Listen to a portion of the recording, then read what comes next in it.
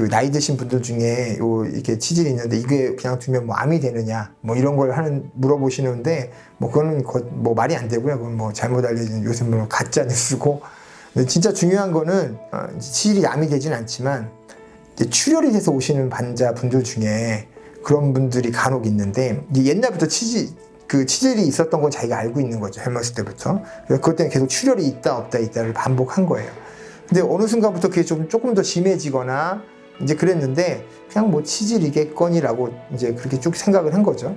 그래서 이제 어느 순간에 이제 이제 치료를 하든지 뭔가 해야 되겠다라고 병원에 오셨을 때 저희가 진찰을 해보면 치질도 물론 있지만 뭐 직장암이라든지 대장암이 있는 경우가 있어요.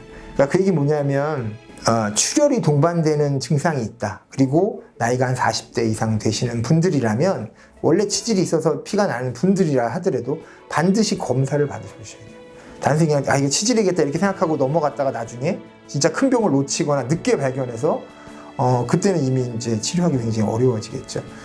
그런 부분을 주의하시면 되고요. 아까 말씀드린 것 중에 그 치질 수술을 하고 뭐 재발한다든지 또는 뭐 항문의 기능이 약해진다고 이런 예전부터 그런 소문이 있었는데 지금은 사실 그런 경우는 뭐 극히 뭐 사람이 하는 일이니까 없다고 할 수는 없겠지만 거의 없다고 보시면 되고 뭐 재발하는 경우는 보통 우리가 100명에 1명 정도 그리고 항문의 힘이 약해진다 뭐 변을 못 참다 이거는 사실은 치질 수술하고는 거의 있을 수 없는 일이고요. 옛날에 우리가 뭐 돌팔이들이 잘못된 시술을 한다든지 또는 아주 항문외과 전문의가 아니고 경험이 없는 외과 의사가 너무 과도하게 수술을 해서 항문이 좁아지거나 그런 경우를 얘기하는 거지 저희같이 이게 경험이 많은 사람들이 하는 경우는 그런 일은 절대 없습니다.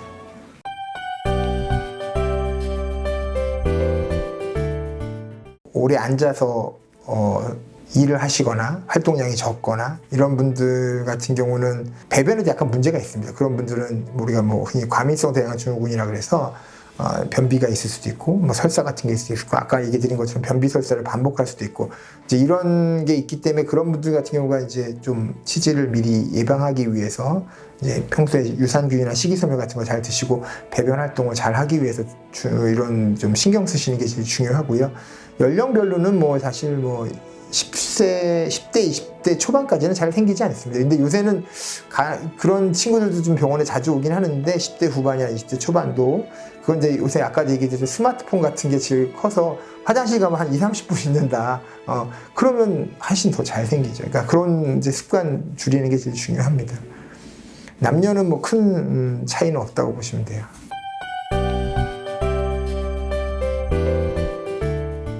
예, 좀 전도 제가 70세 정도 되신 여자분을 수술을 하고 나왔는데 그분도 이제 젊었을 때부터 치질이 있으셨던 거죠. 근데 이제 창피하기도 하고 뭐 없어지겠거니라고 생각하고 20년, 30년을 불편하게 사시다가 이제 70대 정도 돼서 수술을 하셨는데 그 얘기 뭐냐면 이렇게 부끄럽다고 생각해서 특히 남자도 여자는 다 마찬가지지만 자꾸 병원에 안 오시게 되거든요. 그러면 계속 고생하는 거예요.